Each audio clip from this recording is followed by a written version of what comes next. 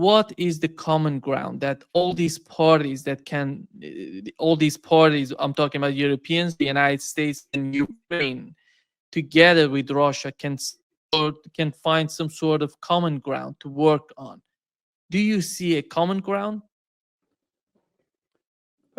First of all, just to say that your voice is a little bit broken up as I hear it, but it's enough. Yes, but we have to be clear about what happened in Anchorage and Alaska. And largely that's missing because people have treated this as usual in a sort of secular, Western, rational approach of what is the strategy, what is agreed, what are the points that have been agreed. And I think really, in a sense, that they miss the trees for the wood, or rather the wood for the trees, because they just are missing the most important things that happened at Alaska. And so the first, and by the way, the most important things are psychological, not rational, mechanical. They are psychological, and they are essentially symbolic.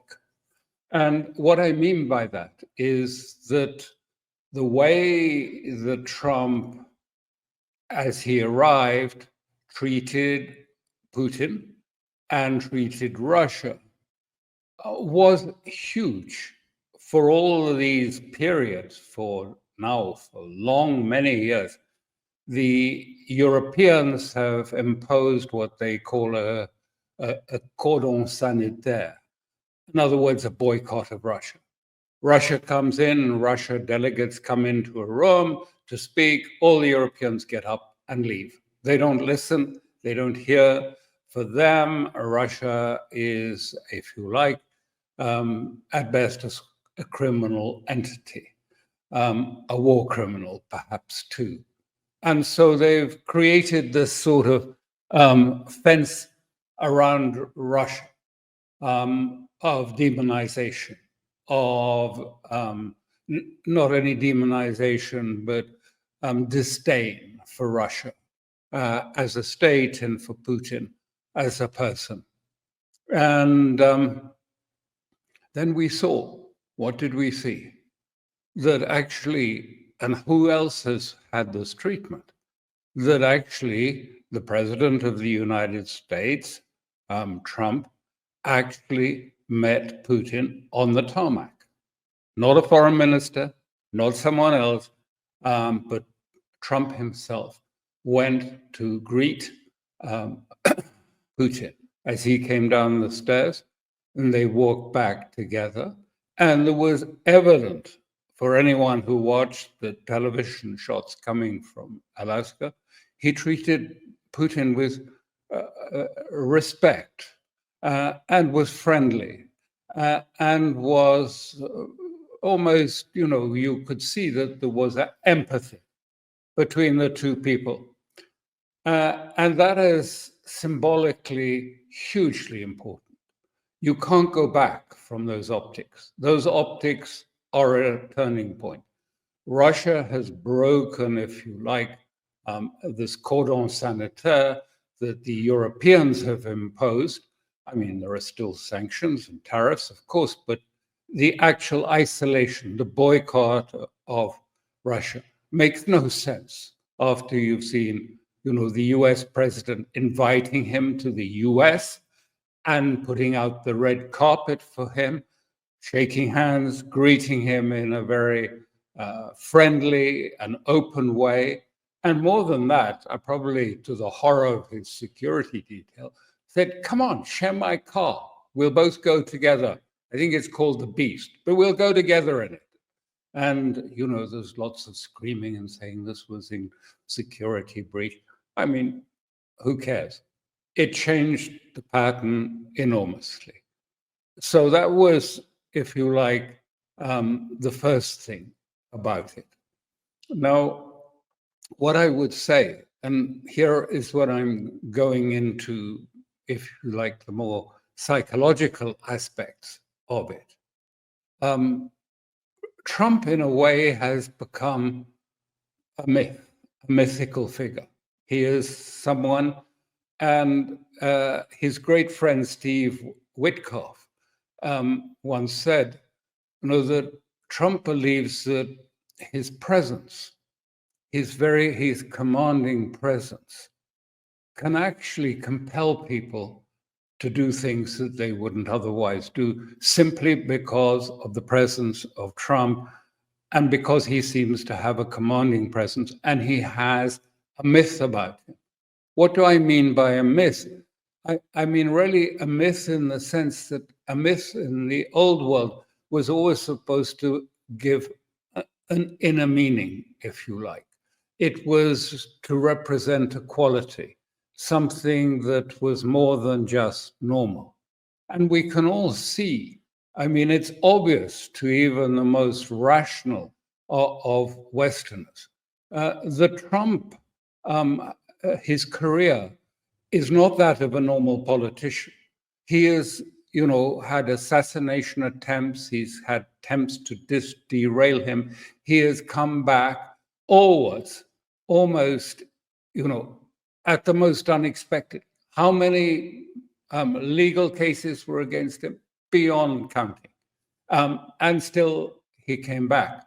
So he is, in a sense, a sort of mythical figure who has really managed to sort of overcome this. And, myths are not necessarily factual. They're not necessarily correct. They contain in them something about a truth. And maybe the truth is something about all the parts of him that the other parts of the West detest, because somehow you create, and Carl Jung used to say this, you create your own shadows, your own demons, that you go down to Hades and try and fight. But actually, they come from you. They come from your own mind. So Trump has a sort of special quality of sort of commanding presence. And if you want to see what I mean expressed in existing terms, have a look at the videos from the following meeting at the White House with the Europeans, where they're all sitting in a line on little straight chairs in the corridor, awaiting to go into the headmaster's study. I mean, that also is an optic which is going to change reality. It is an optic. They were all behaving. Go back to 2019 when you had the image of Trump seated there with his arms folded and the German chancellor and all the Europeans towering and leaning over him, wagging their fingers at him. And what was the picture we saw today? Sort of schoolboys sitting in seats in front of the Resolute desk after being allowed in from the corridor. Reminds me of my prep school days going to the headmaster's study. So, I mean, these are optics which change reality. And these were symbolically hugely important. But there is another thing, and I think that explains a lot.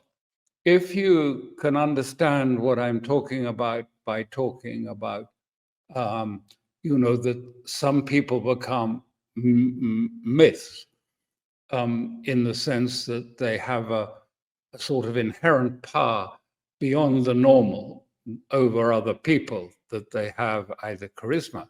I mean, clearly, and I want to make that very clear. I mean, that Trump is not a god or mythical god. He is a real estate oligarch with not a very cultivated sense of what is beautiful and what is not. And he has an outsized ego. But nonetheless, historically, people who have become subsequently praised to the skies and seen as the great figures have actually in practice been quite ordinary men and have been quite often disliked during their lives. I mean, American history has several of those too. So he's not, he's just an ordinary human being. But he does have, and Witkoff perhaps is right. I mean, as I say, you've only looked at what occurred in the White House over this recent days to see, all of the Europeans sort of bending down, yes, sir, in front of him. And that's what I mean by mythical. However, and this is the second point that I want to really make, is who was commanding? Who strikes you as a figure that was actually, clearly a commanding figure at Anchorage? It was Putin. Putin actually also has some of that mythical qualities to him. I mean, he was a completely different person, a completely different figure to that of Trump. Characters are different.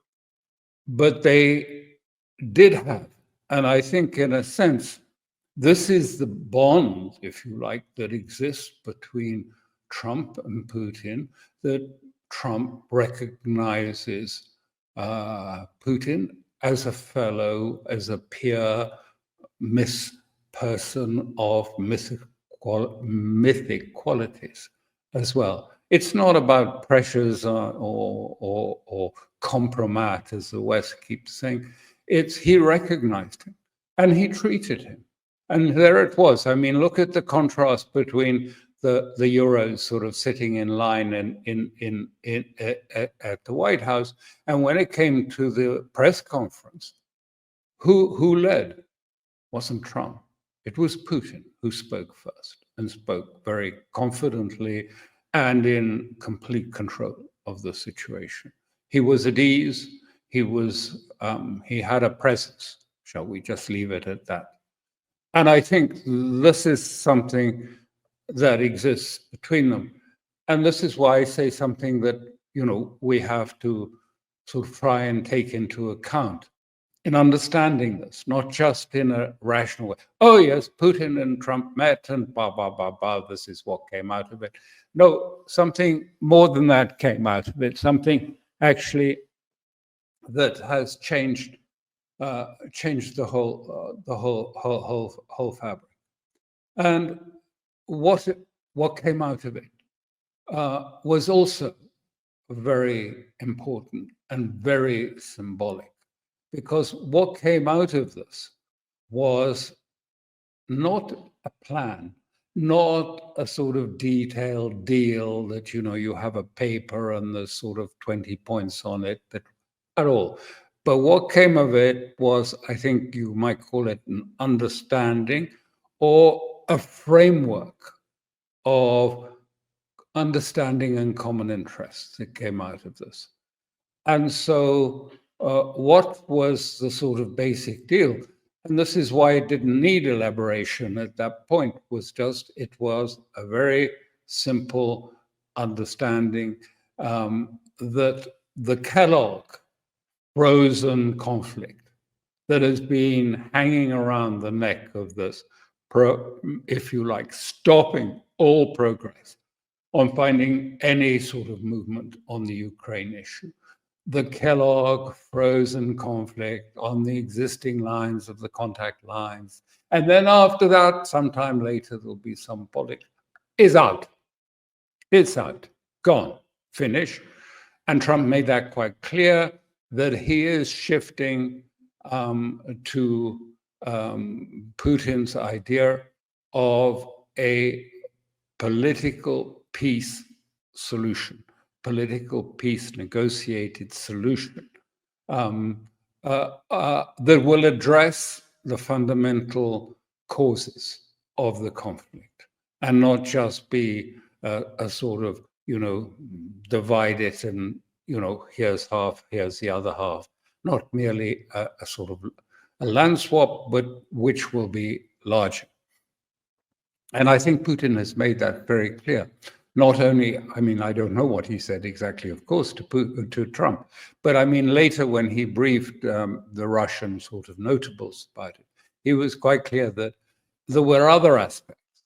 There was Alaska, the Arctic, and it was quite clear that from the type, the people that were taking part in it, you know, the Minister of Finance, Kirill Dmitriev, the head of their sovereign wealth fund, who is effectively, you know, speaks American. I mean, he was at Goldman's or one of those banks, I think it's Goldman Sachs, and so he knows how to speak to Trump and Witkoff in the language they understand and they like.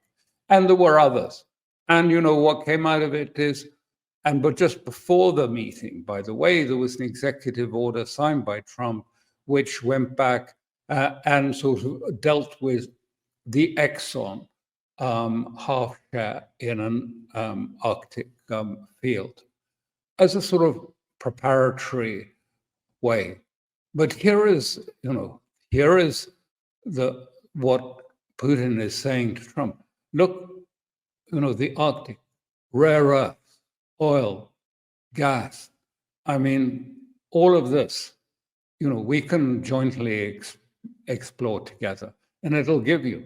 I mean, you can have Greenland too if you will take it, but I mean, this is, you know, there's a real billions and billions for America potentially in that, but also we need to look at the wider, the security architecture of Europe, because this was original, deep down.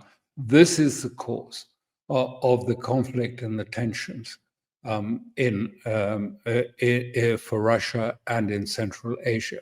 The fact that the agreement at the end of the Cold War that NATO would not move an inch beyond the frontiers of Germany was abandoned, and instead of which they invaded Ukraine. I know it's always put the other way around, but effectively they staged a coup, put in their proxy forces into Ukraine and Kiev, and then started invading essentially Russian-peopled parts of Ukraine in the Donbass.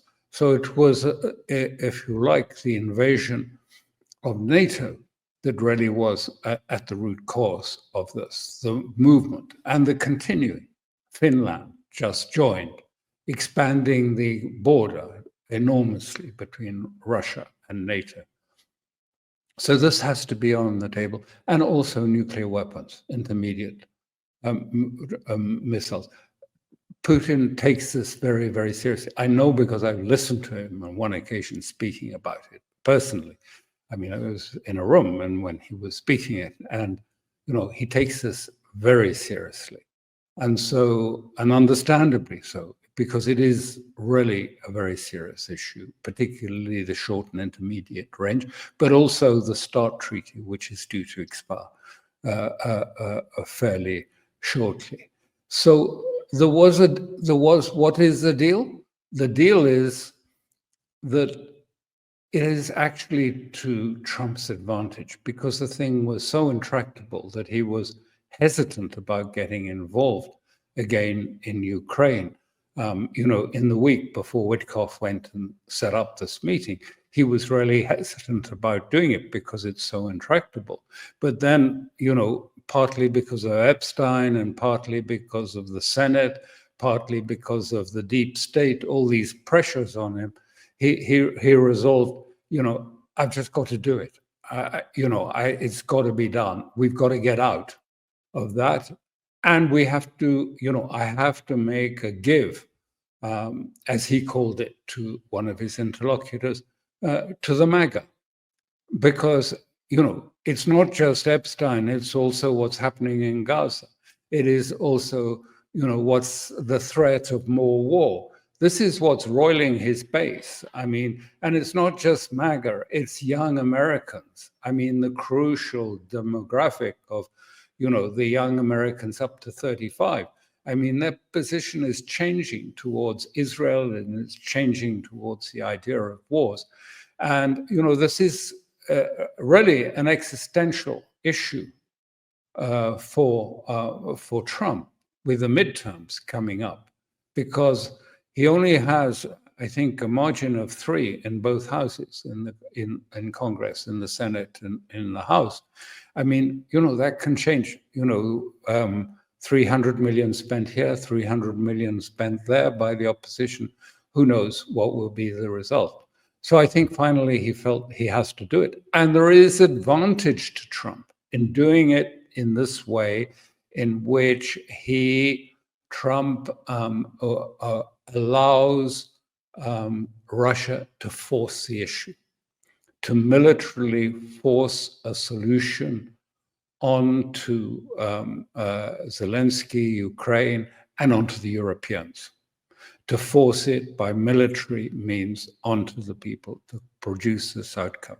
It's not clear how long or whether this will really happen, but that is clearly in Trump's interest, to stand back and let Putin force an outcome. And it's happened before. If you go back to 44, long time ago, but this is what happened with the war with Finland. Eventually, the Soviet army forced an outcome, and there was an agreement, and a certain amount of territory was given up, etc., etc. So I think Trump sees this as an advantage. And so the deal, if you call it that, but really it's just an intellectual framework, it's not worked out, there aren't details of it, is simply, I think Trump said, listen, you push this, you bring about an outcome in Ukraine, because it won't happen any other way. I mean, by a frozen conflict. Where's the solution in that? It's not going to happen. So Trump effectively is saying, I'm out. I'm leaving. I'm getting out of this.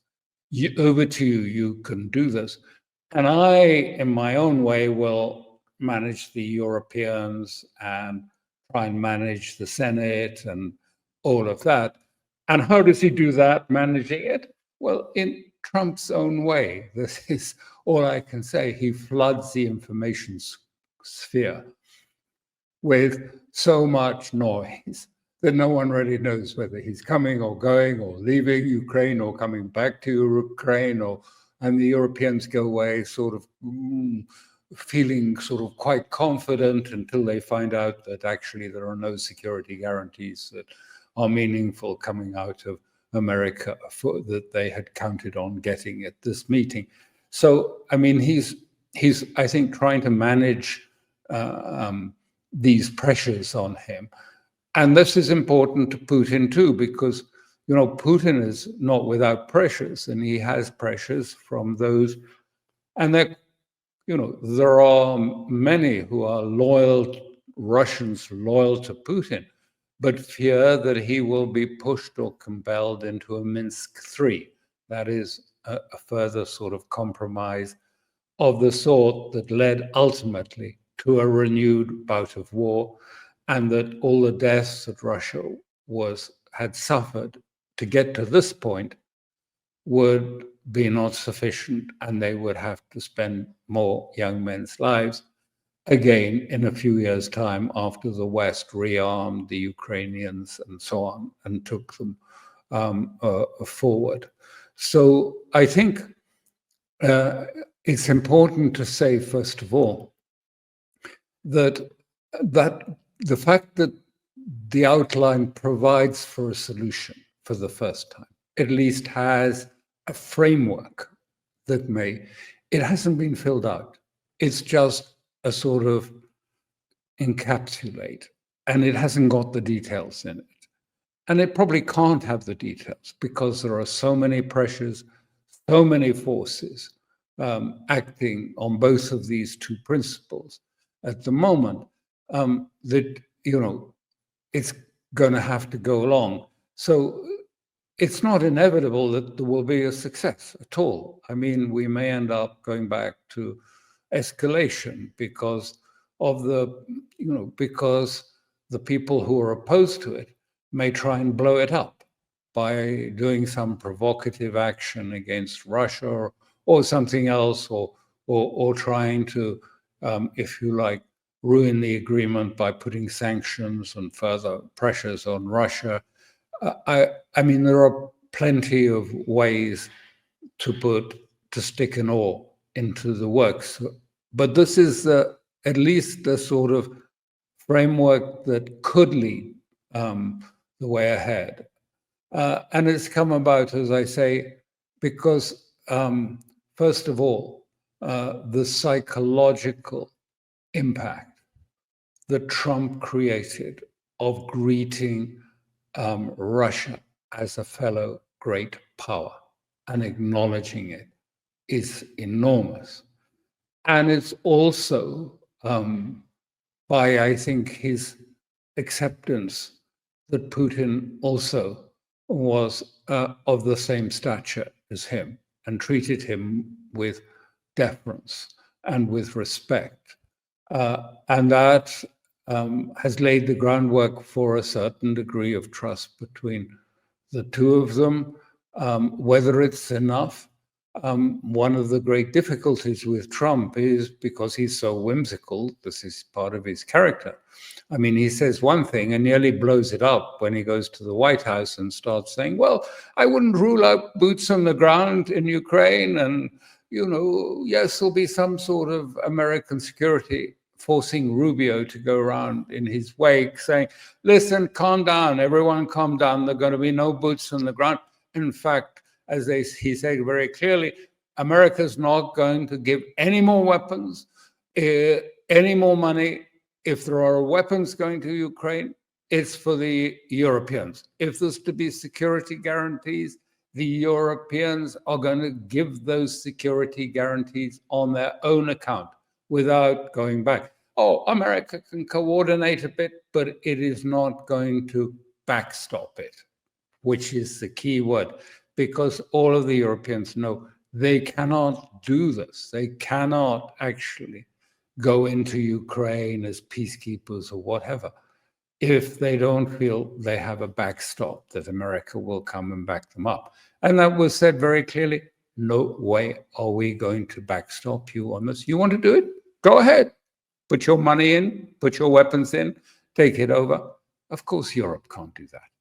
In fact, I mean, this is a ridiculous situation Europe is getting itself into, is that, as America moves away from its full hegemony, and it's leaving it to the sort of peripheral provinces of Europe to take over the burden of empire in that part of the world. They don't have the money. They don't have their inventories for weapons are pretty well empty. So it's not going to. I don't think it's realistic or even serious. Will they come around to accepting this position, that what's happened at Anchorage? I'm not sure that they're capable.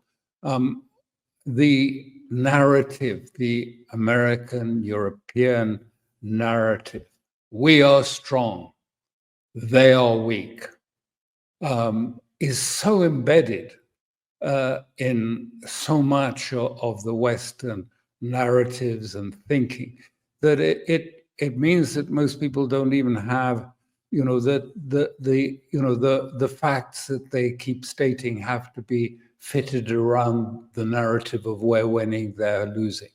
And so it's going to be very, very hard for the Europeans to accept this, particularly the Europeans to accept that, no, we are losing.